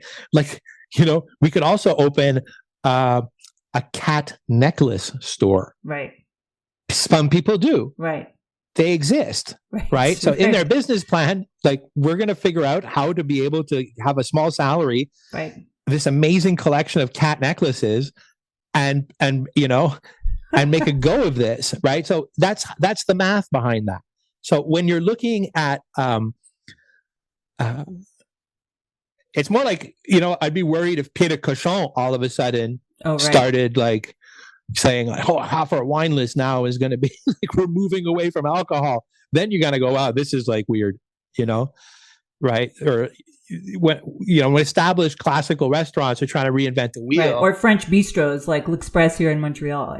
Yeah. So I don't see that happening. I don't see L'Express basically saying, hey, Sundays is no booze Sundays at L'Express. That's not happening. That restaurant will go down in flames, the way that it is before that it goes that route. But I understand that, let's say, newer, unknown restaurants or known restaurants, but that have a younger clientele and the younger maybe ownership, and the younger ownership is listening to I've always said this. I said, it's the customer who decides what your restaurant will be ultimately. You can have this idea, right, that I want to do this, I want to do that. But when you open a restaurant, you have to be quite like, à l'écoute. You have to be listening to what your customers say. If your customers are saying that the wine list is, there's not enough selection, and you hear that 10 times the opening week, well, you got to act upon that. You have to have next week, you have to have a lot more selection on your wine list. If the customers are saying, if you hear 40 times that this restaurant is too expensive, it's too expensive, it's too expensive, well, you might have to adapt for next week and change the pricing of your restaurant. Right? What about if somebody's saying, my biggest complaint most of the time when it came to wine on a wine list was like, the markups are exorbitant. This is ridiculous. Egregious markups. Listen, we all said it when we started. And I think, one of the reasons, that a lot of, in my generation, opened our own restaurants was because we were working for restaurants where we thought the wine markups were egregious, right? But then eventually we were the restaurant marking up with egregious wine markups. Right. Why? Right? And then the young people that were working in my restaurant that thought I had egregious wine markups went and opened their own restaurants, and they didn't have egregious wine markups for 24 months. Right. But then the people that left me to go open their restaurants, by the way, have egregious wine markups today. So why is that? Why? Is it just because you can't resist, or you have to for business, or what? As you grow, you start having you want more equipment in the kitchen, salaries. When you buy chairs and stoves and combi ovens and hoods, eventually everything starts breaking down. So you might have 2 years where nothing breaks, but generally if you're a busy restaurant after 2 years, it's time to start looking at changing the floor, changing the heating system, changing the hood. That's the markups. Buying a combi, right. Adding new equipment. Now we have a lot of staff. We notice that it is stressful every 2 weeks when it comes to payroll, because now we have 40 staff. And when we do payroll, we're looking at, $40,000 payrolls, so things, become out of hand quickly. And then you kind of look at the menu and you say, well, maybe that $40 steak can be 42. Right. Maybe the $35 chicken can be 38. Right. Maybe instead of doing 2 times, 2.5 times on the Chablis, let's do 3. And then you get a little bit of breathing room, Right. and then that 3 turns into 3.2. And then maybe sometimes the rarity of a wine might turn into 4 times. Right. And I think also as a restaurant's reputation gets bigger, better, I think they can put up the prices because they've kind of proven themselves a little bit that you're going to get something good. I mean, unless it's ridiculous markups. But, some restaurants, I noticed, I will not name the restaurant, but I want to go to a restaurant in Toronto. And I found their menu online. I'm like, expensive, but I'll go anyway. And then I booked a table. And then somebody sent me the more recent menu since they got a Michelin star. And I canceled the reservation. They doubled their prices after getting a Michelin star.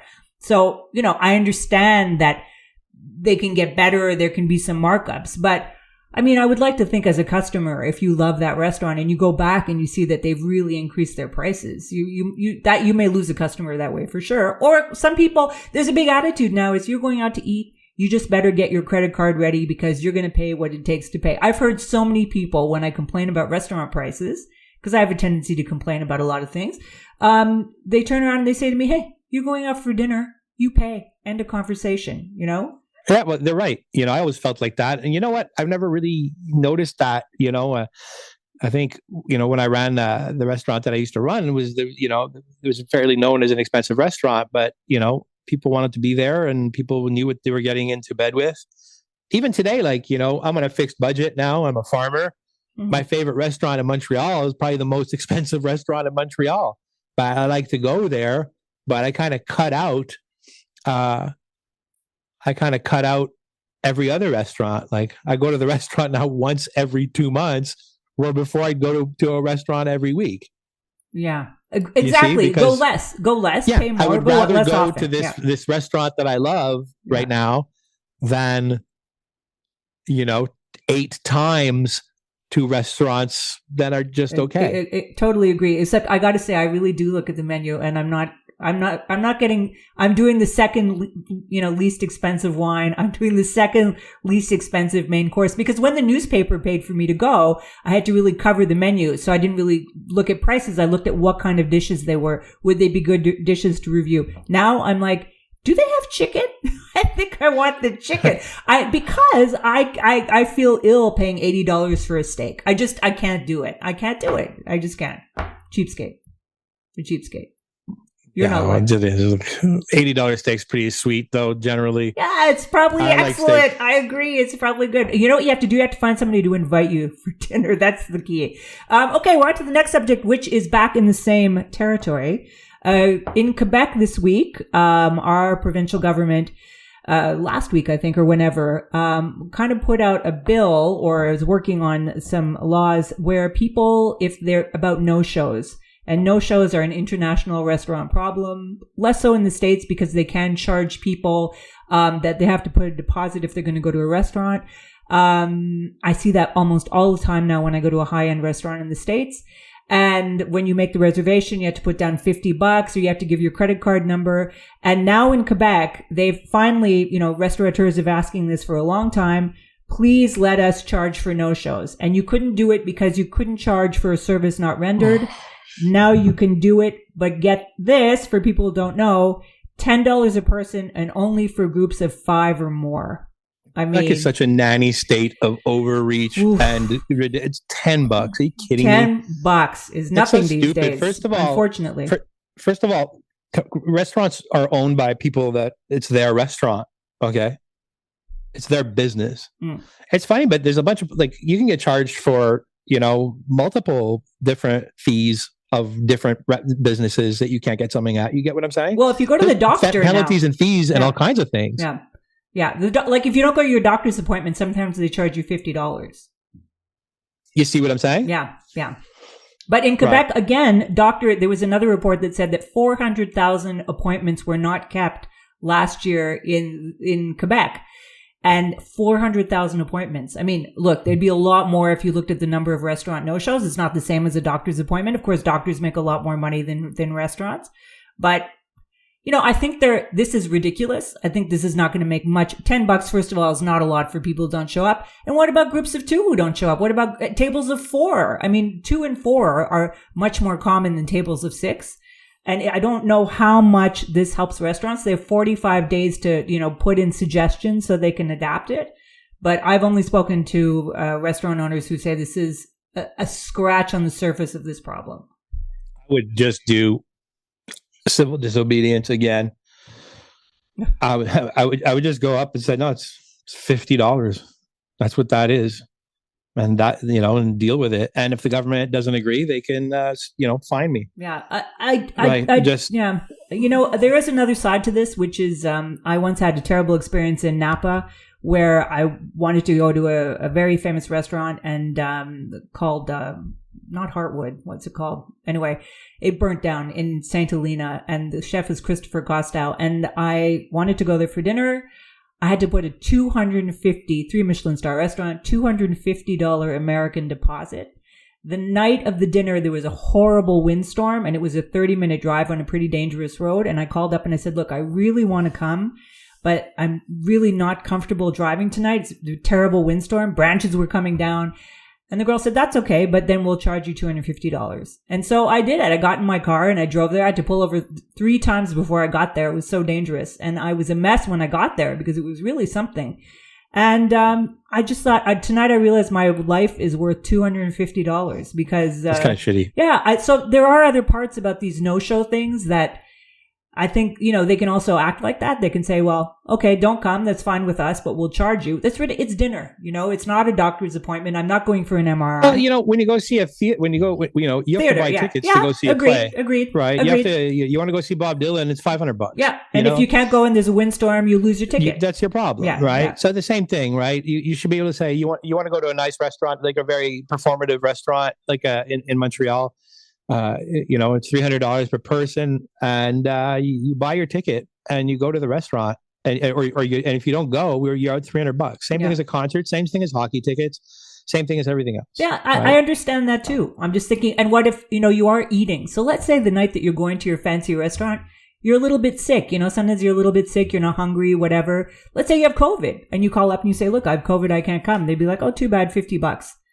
So, yeah, you don't go to the concert if you have COVID, whatever. But, I just think there's sometimes, I think the government also said you have to give 3 hours in advance or something so they don't charge you. But God, just the government being involved in restaurant reservations is just like the most ridiculous thing ever. Just let us be free and to run our businesses the way that we want to. What kind of nanny state nonsense is this?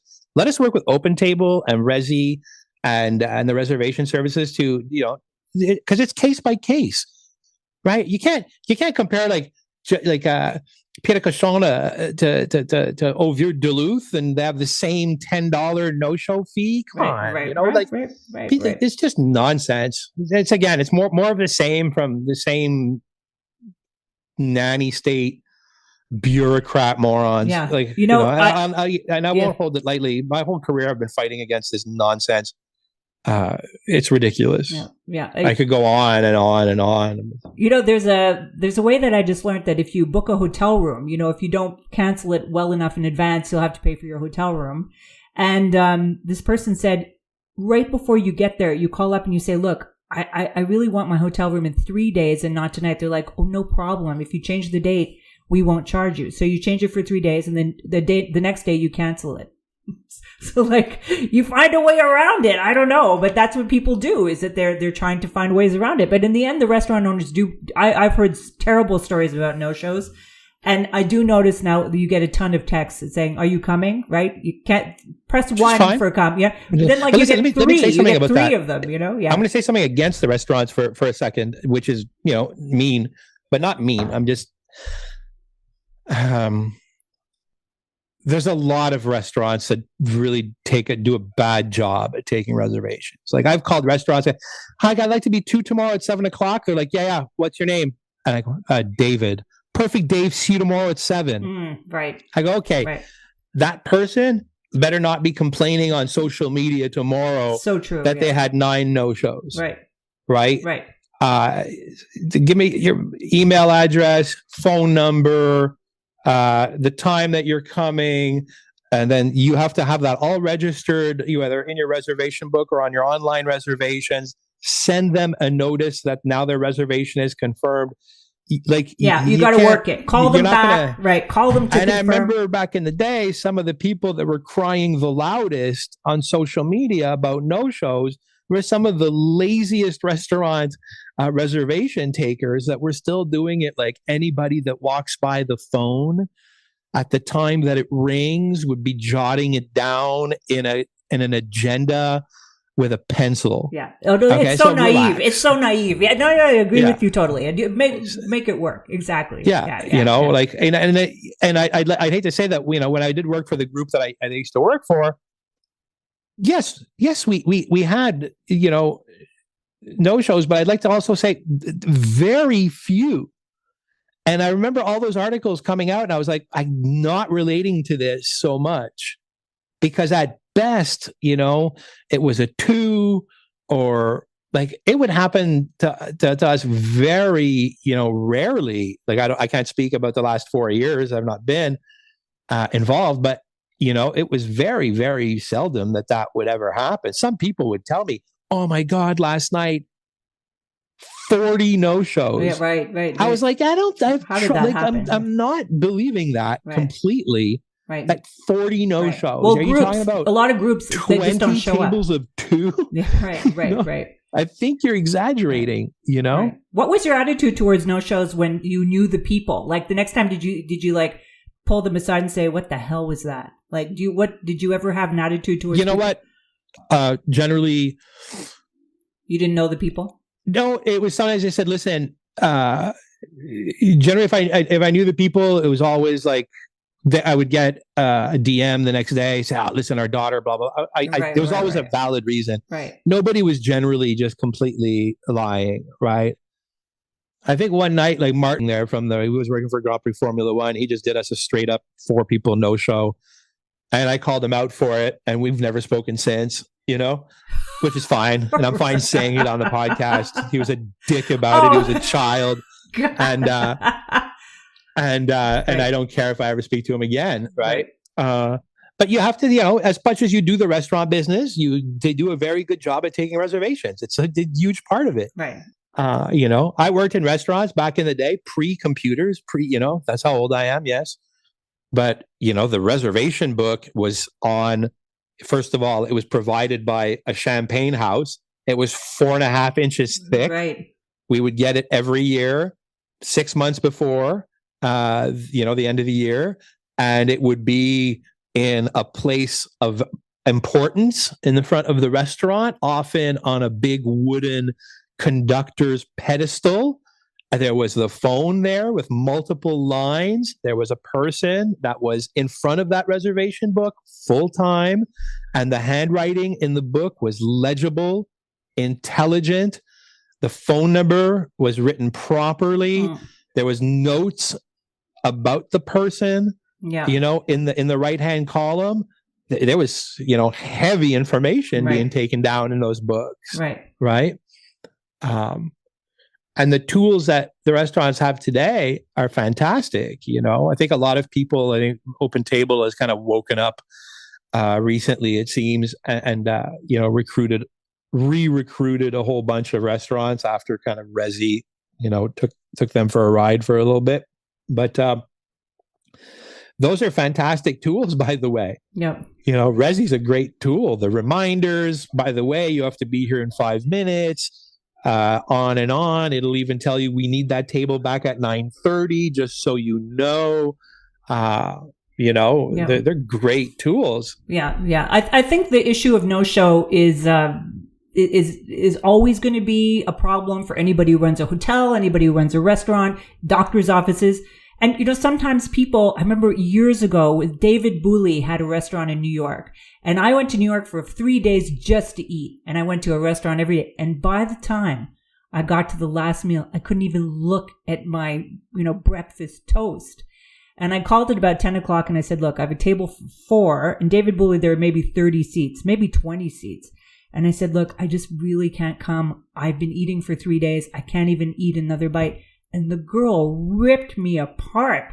And she's like, nobody has ever canceled a reservation here before. And I'm like, I'm so sorry.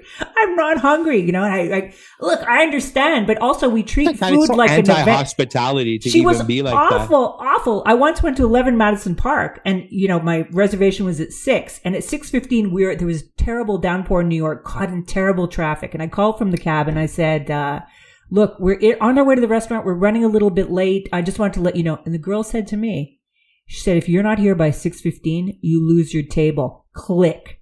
Okay? I get into the restaurant. They're all like, hello, welcome to 11. Ruined my whole night. I'm like, oh yeah, right. The girl on the phone, talk about hospitality. And they're so overly hospitable when you're there. And I'm like, yeah, 15 minutes ago, somebody just ripped me apart on the phone and said and that leaves a huge impression. This is something as a restaurant critic I thought of all the time. Like, how do they treat you from the beginning of the night till the end? And it all starts with the reservation. This restaurants also can't be dicks about things. Look, yes, people get caught in traffic.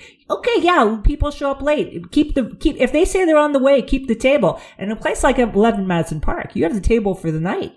And I'm surrounded by empty tables. So, this is all. We can talk about how bad it is for the restaurant owners, but sometimes we also have to look at the other side. A little bit, yeah, for sure. There's lessons to be learned on both sides. I agree with that 100%. I always thought we shouldn't be in a situation that's so finite and so precarious, and we shouldn't be standing on the edge of the precipice that, if 2 or 3 tables don't show up tonight, it shouldn't be the end of the world. Such a financial, disaster. Destructive knife wound to the heart. Right. It should be dude, this is what we signed up for. This is the business that we do. Yeah. But on the other hand, shit happens. But David, right? if a table of 15, a group doesn't show up, and a lot of big complaints about no-shows are groups.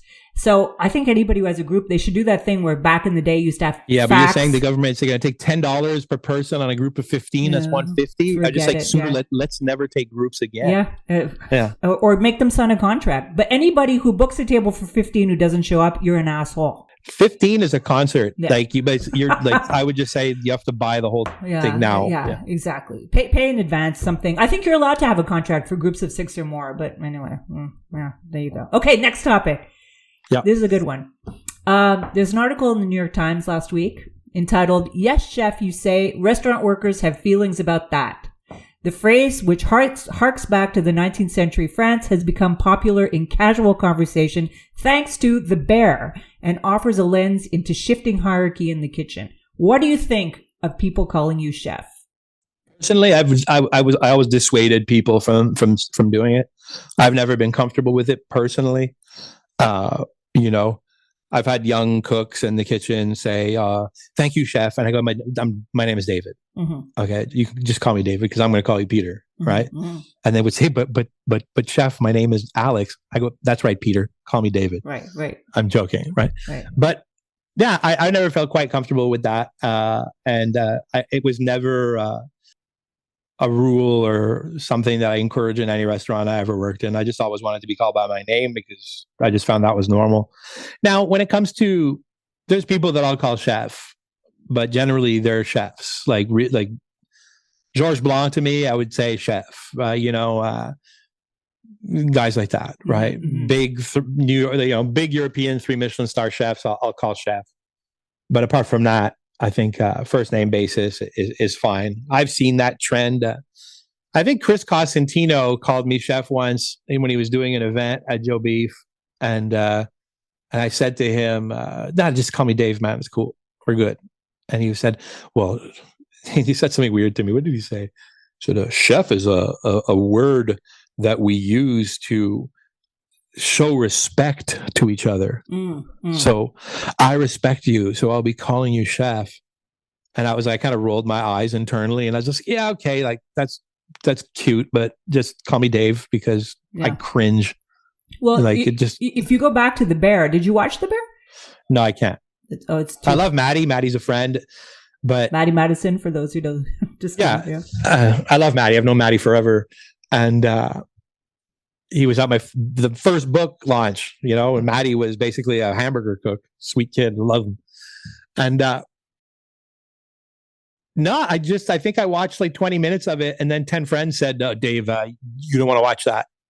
It brought back all the things you hated the most about cooking. It's not that. It's just, when I don't know, it's a little bit PTSD. And I think that my friends, the guys that I still speak to and the girls that I still speak to in the restaurant business that we know each other, we message each other. We've kind of I think I have a group of 10 friends. We've all agreed, like, let's not, I'm not watching it. Like, I'm happy that it's successful and people having a glimpse of what goes on in restaurants, supposedly.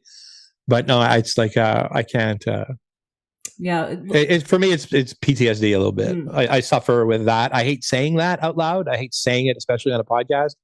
But I guess I'm saying it, but, I reserve that word PTSD for, soldiers and people who've been through horrific traumatic events, me getting yelled at and pushed around in the kitchen for, it's not necessarily that, but I'd rather not watch restaurant related stuff. Anyway, there's so many shows about the Roman Empire. Did you see The Menu, the movie with Ralph Fiennes? Minutes of it. It was unbearable. I couldn't watch it. I liked a lot about The Menu. I think I saw it 3 times. I liked the scene with the asshole guys at the table harassing the waitress. I thought I've seen that a million times in restaurants. They got that. But back to the word chef. In that show, if you'd seen it, they all refer to each other as chef. Chef, pass the carrots. Yes, chef. And you're right. They don't use each other's names. They're constantly calling each other chefs. When I was a cooking teacher, they called me Chef Lesley. Doctors don't call each other doctors, so I don't know why. Doctor. Exactly.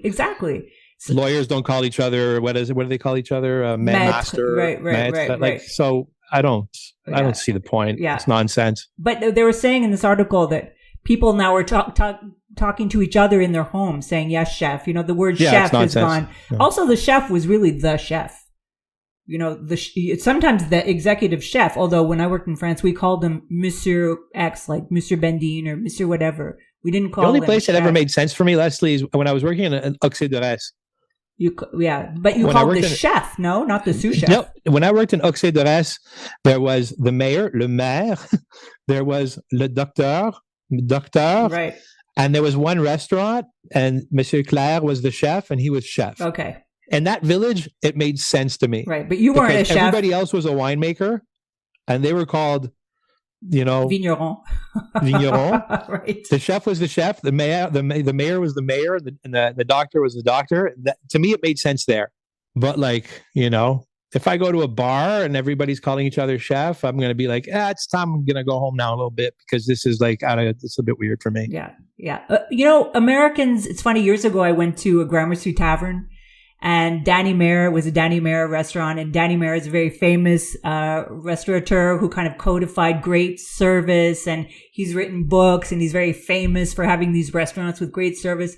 But I find that Americans always had service that was so formal. And even this way of calling each other chef and all this stuff, it almost seems unnatural to me the way sometimes it works. At Gramercy Tavern, our waiter, when he wasn't with us, was standing against the wall with his hands behind his back at ease, like a soldier is standing there.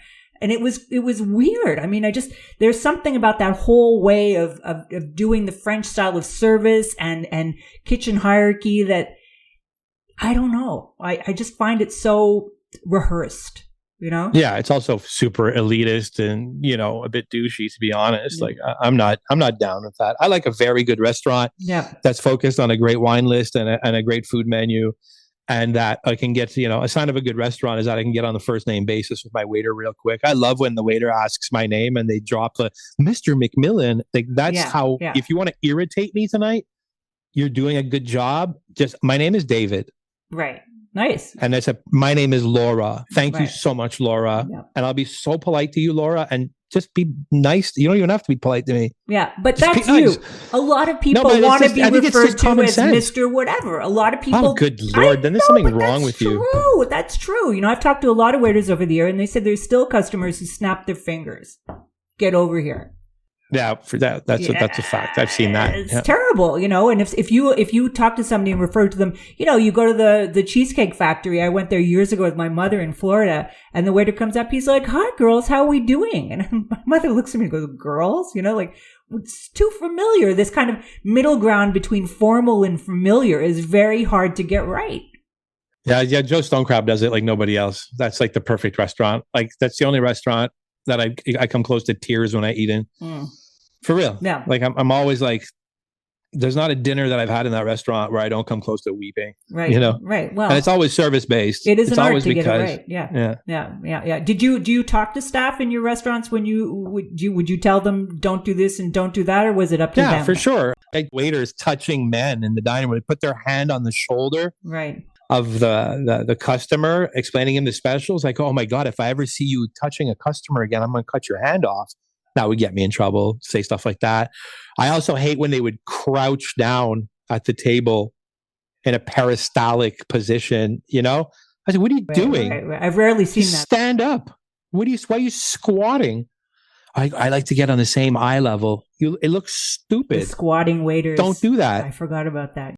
So a bunch of things bothered me, but I was like, listen, be quick, get the first name basis, water in the glass immediately. Let's get a drink in their hand. Basically, you have 180 seconds. That was all my saying. The second you put water in the glass and you started a conversation, in your brain, there should be a drink in their hand within the 180 seconds. And that's not even great.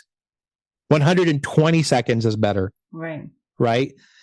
Like, because I know that I want to drink, like, dude, right now. Like, I just sat down. I'm happy I'm here. I'm also incredibly unhappy that I'm here because I'm very happy to be at a restaurant, but I'm also unhappy to be there at the same time. So, one of the brightest things any waiter can do is, whether it's a Coca-Cola, a ginger ale, a gin tonic, a white wine, just like, let's do that first and do that quickly. Right? Don't touch me. Right. And if I say I don't want to be called sir, like, if I say my name is David, just fucking call me that. Yeah. It's just very simple. Yeah. We should do a whole podcast on interesting service problems. Years ago, I wrote a story about what customers didn't like about waiters or about restaurants. And then a week later, a waiter wrote back and said, oh yeah, well, this is what we don't like about you, the customers. And it was so good. It was actually so much better than mine. And mine wasn't bad, but his was great. It got like millions of hits, just because people love us. I mean, the story is long. Anyway. There's waiters that have horror stories. Like every waiter, but sure. Generally they keep those stories guarded if they're still in the midst of their careers. Oh yeah, no. I'm done. I have nothing to prove, so I can say whatever I want about whoever I want, but I still choose to keep it guarded. I could name names and take heads right now. Yeah, it's funny because years ago I heard a story at the restaurant here in Montreal called Biche, which is still going, different name, but still going. And I knew a really nice waiter there. And I heard through the grapevine from some people that one night Marlon Brando went to eat at the restaurant, right? And I'm like, okay. And they're like, he ordered a duck. And I'm like, okay. And they said, well, there was no duck on the menu. So the chef had to go to a restaurant next door and he had to get a duck, and they roasted the duck and they put it in front of Marlon Brando and he ate the whole thing with his hands. And I'm like, what a great story, but I'm sure it's absolute bullshit. So cut to 30 years later, I run into that waiter at an event, the one who served him. He didn't tell me the story in the first place. I said, I always wanted to ask you about the story, whatever. I tell him the story. He's like, word for word, that's exactly what happened. Yeah. These great stories. I mean, you could write a book. I'm sure people have written books about that, but, anyway, so that is the end of our time together this week. All what right. do you think? But there are still a lot of things we had to talk about, but I think we need another hour, and a lot about wine and what's going on in the States and tariffs and blah blah blah. But there you go. That's the end for this week. All right, we'll talk about that next week. We'll talk about it next week. So just for everybody, please don't forget to subscribe to the Salt Lake Podcast with David McMillan and Lesley Chesterman on Apple, Spotify, or your favorite podcast platform. And while you're there, please give us 5 stars if you've enjoyed the show and it helps people find us, or share the episode on your social media channels. Every bit helps, especially at the beginning, as we get this project off the ground. Special thanks to our producers at TNKR Media and our executive producer, the great Dan Delmar. We'll see you next time on the Salt Lake Podcast with Lesley Chesterman and David McMillan. Think Bait.